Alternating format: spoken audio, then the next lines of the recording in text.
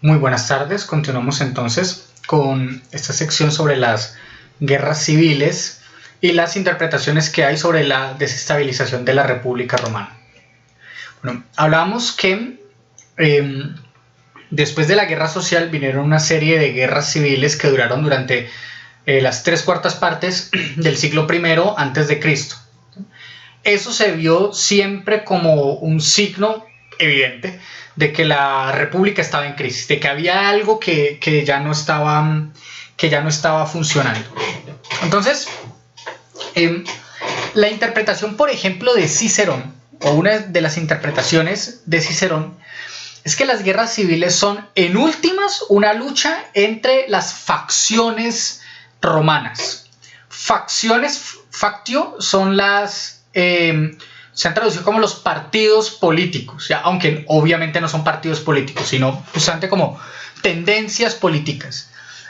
Había dos, los populares y los optimates. Por supuesto, como bien lo indica su nombre, los populares tendían a querer darle más derechos y privilegios a los pobres, y los optimates querían darle más derechos y privilegios a los ricos. Entonces, en ese choque entre optimates y populares, sostiene Cicerón que se generaron las distintas guerras civiles.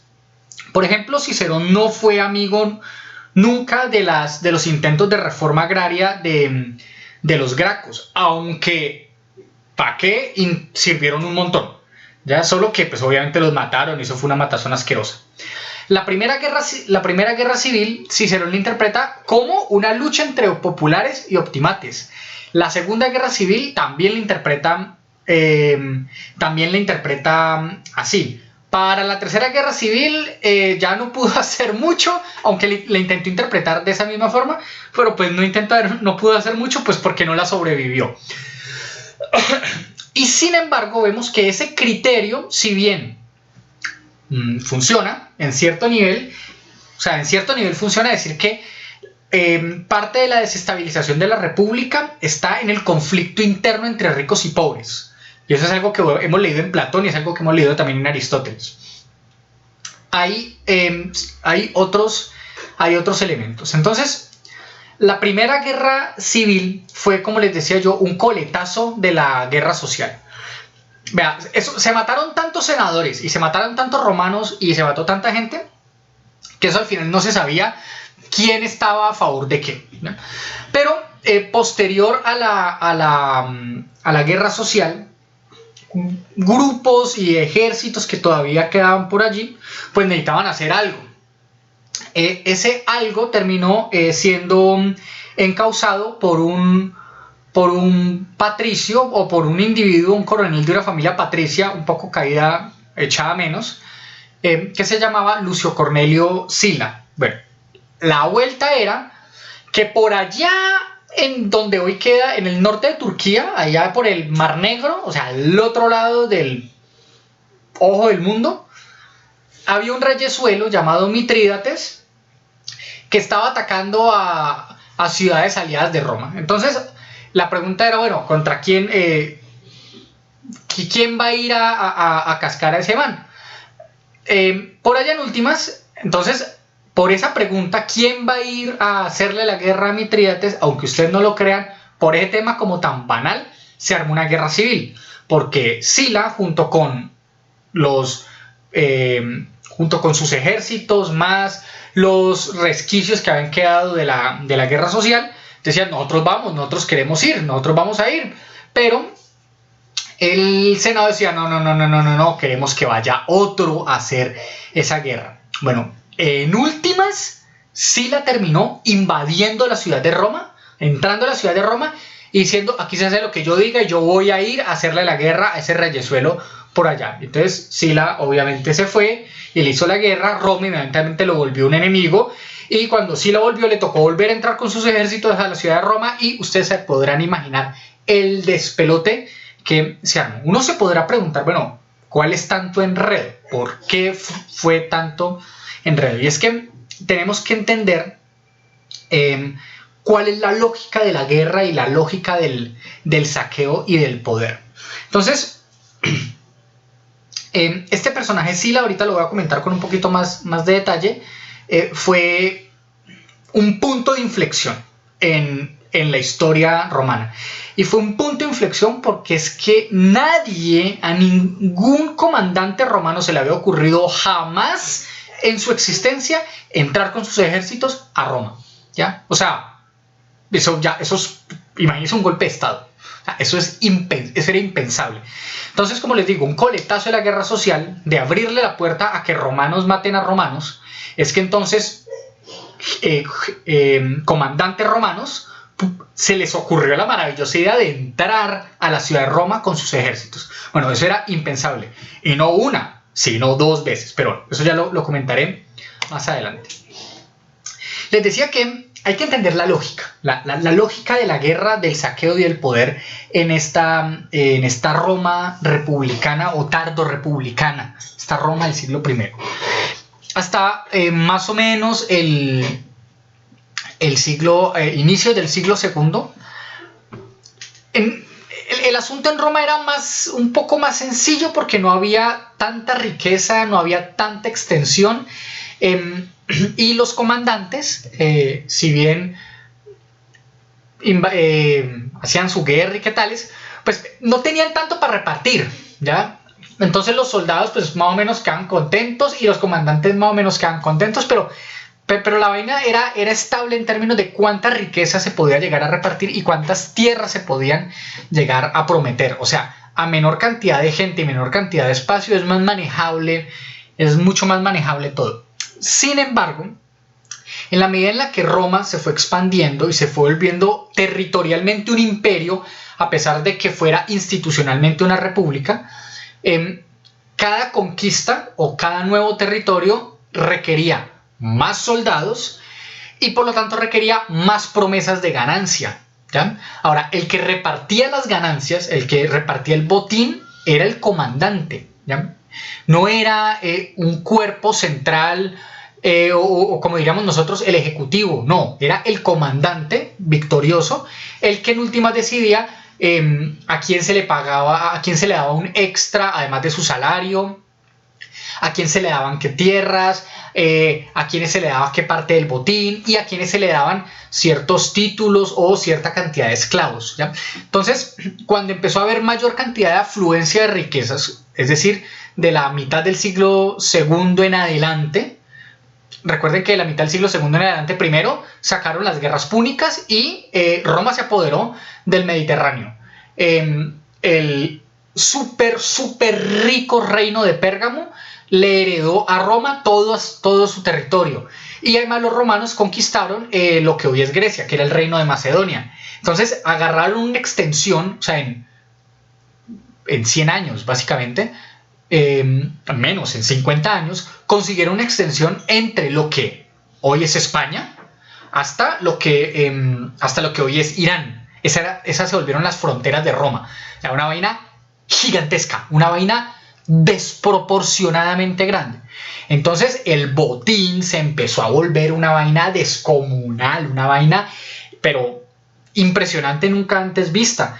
Por ahí derecho entró la filosofía, entró la literatura, muchísimo más en forma. Por ahí derecho entraron las estatuas en bronce griegas, por ahí derecho entró la arquitectura griega, por ahí derecho entraron las especias que venían de la India, entonces también todo se volvió súper, hiper, mega opulento. Pero la lógica que se mantenía era exactamente la misma, es decir, el comandante era el que repartía el botín. Así que si usted es soldado y el que reparte el botín es el comandante, ¿usted a quién le tiene fidelidad? ¿Usted a quién le tiene confianza? ¿Usted a quién le tiene fides? ¿A Roma, esa cuestión abstracta que es una ciudad por allá lejana? ¿O a su comandante, que es directamente el que decide si le va a dar botín o no? Bueno, la respuesta es evidente, ¿ya? La fidelidad se volvió fidelidad a el comandante. Por lo tanto, a más conquistas, más botín, a más botín, más riquezas, y a más riquezas, más fidelidad del ejército hacia sus respectivos comandantes. Así que Roma como tal, como institución, como Estado, como le diríamos hoy, mucho cuidado porque no era un Estado en el mismo sentido que entendemos nosotros, no era, dejó de volverse la verdadera dueña de sus ejércitos, y los dueños de los ejércitos empezaron a volverse los comandantes. Es decir, los que en teoría eran los ejércitos de Roma, realmente eran ejércitos privados, ¿ya? Se puede utilizar la vieja expresión: si el ejército está de mi lado, ¿quién está en mi contra?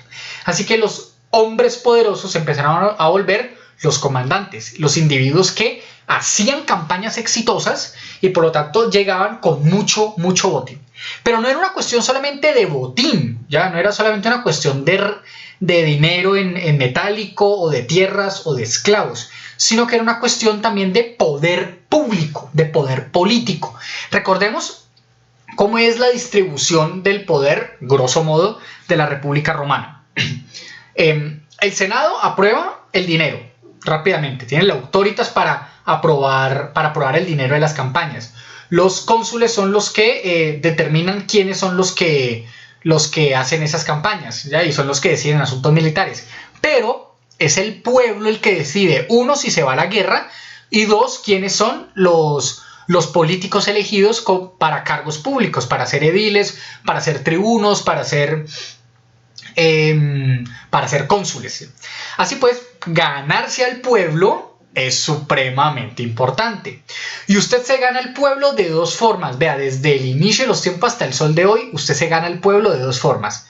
Primero, y sencillo, con botín, deles plata, repártales plata a la lata. Y segundo, de carita, a punta de shows públicos, a punta de televisiones, que usted se gana al pueblo. Mucho más adelante, casi 2 siglos más adelante, Juvenal el satírico va a decir: ven, es que ustedes lo único que quieren es pan y circo, nada más. Y es que esa ha sido la estrategia más básica y elemental para tener al pueblo comiendo de la mano. Deles pan, a ver, ni siquiera caviar, no, o langosta, no, pan. Deles algo de comer y deles circo y entretenimiento, ¿ya? Eso es elemental. Y si no, vean a nuestros queridos representantes, le dan chichigua al pueblo y le colocan novelas viejas, nada más.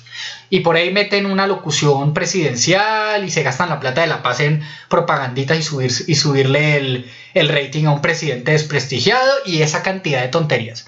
La misma estrategia, es exactamente la misma estrategia. Así que ganarse al pueblo para los romanos es supremamente importante. Porque si usted se gana el pueblo, si usted muestra que usted es una persona dadivosa, que usted es una persona exitosa, que usted es una persona que los dioses la acompañan, que usted es una persona que cumple con sus promesas, o sea, que cumple con los pactos que se le han impuesto, pues simple y llanamente el pueblo lo apoya a usted. Eso es elemental. El pueblo vota por usted, el pueblo vota por los que usted diga.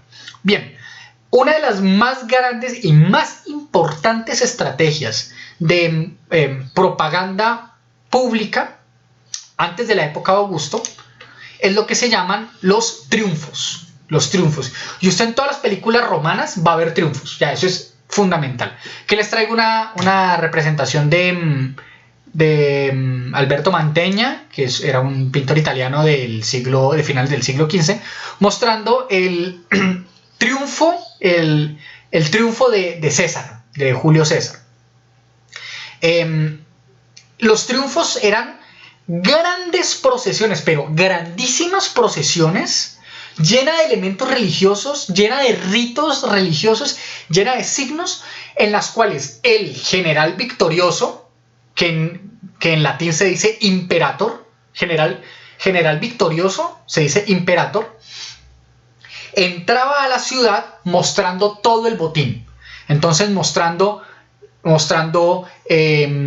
las riquezas saqueadas, mostrando las armas de los enemigos, mostrando las bestias feroces que se encontraron, mostrando las armas de asedio, mostrando a los prisioneros importantes, mostrando todos los símbolos del poder romano y por supuesto mostrándose a él mismo como el imperator, como el general victorioso que logró esa gran hazaña para la mayor gloria de Roma, ¿ya? Entonces siempre iba acompañado con signos de victoria, la coronita de laurel, ¿ya? Que esa se la colocaban a los generales victoriosos, es decir, a aquellos que habían logrado el triunfo.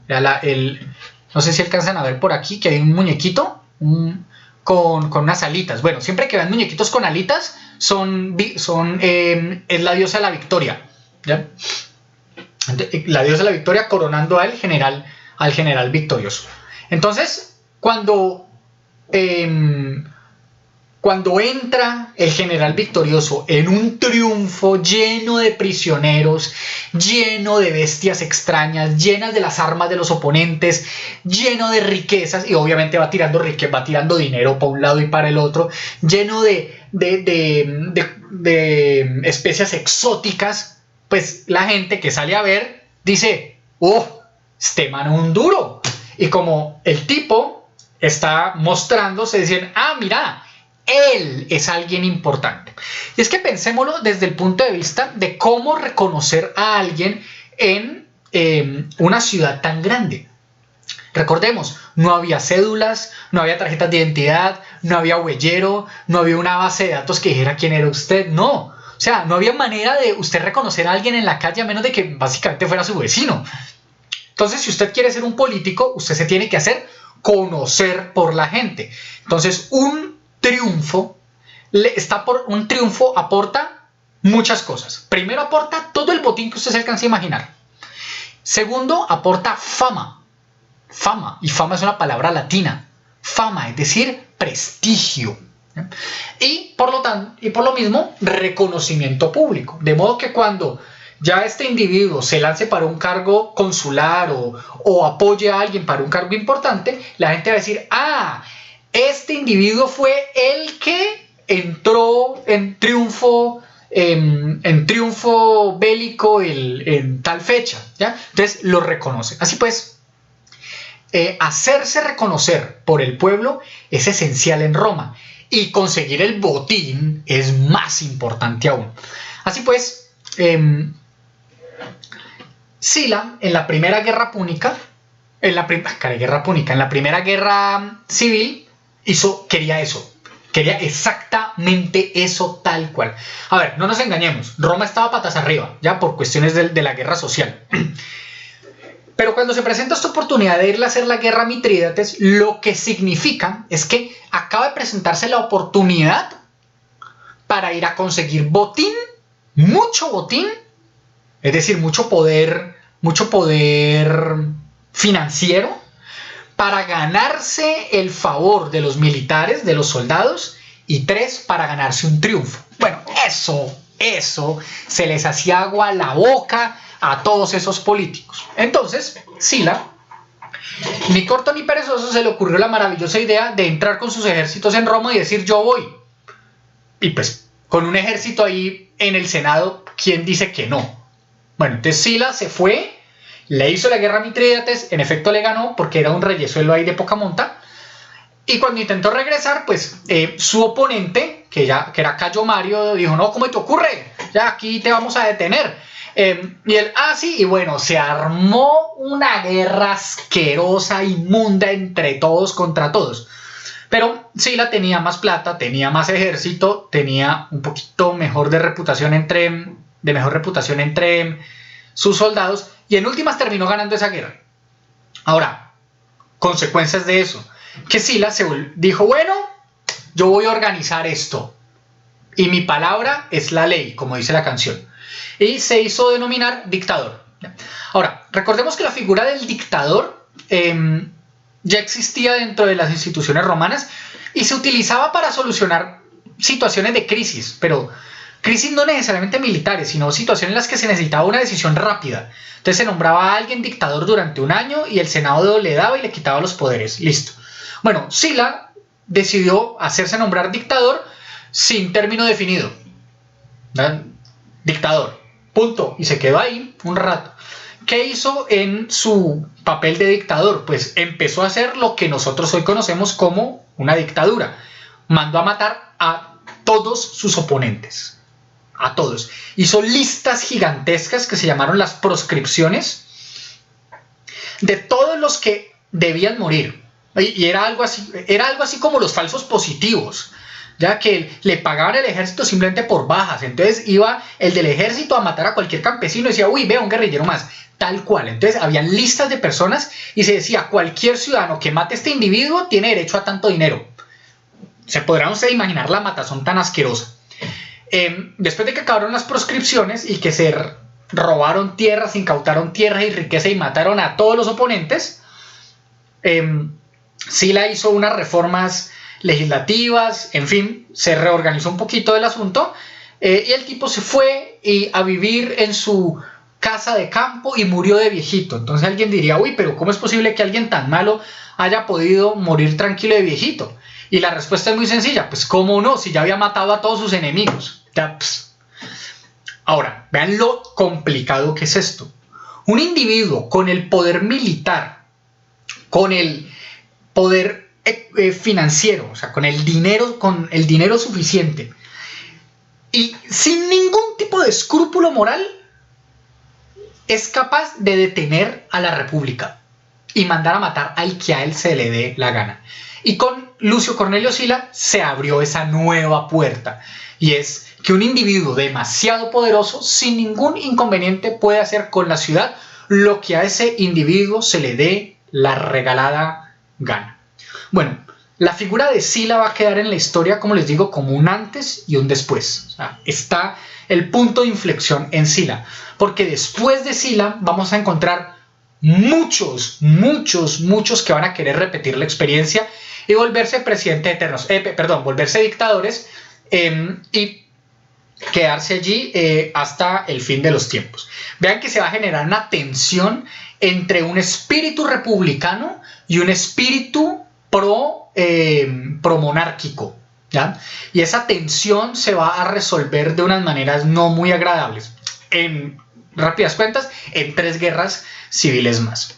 Bueno, para los años 60 del siglo I antes de Cristo, digamos que la república estaba otra vez más o menos estable,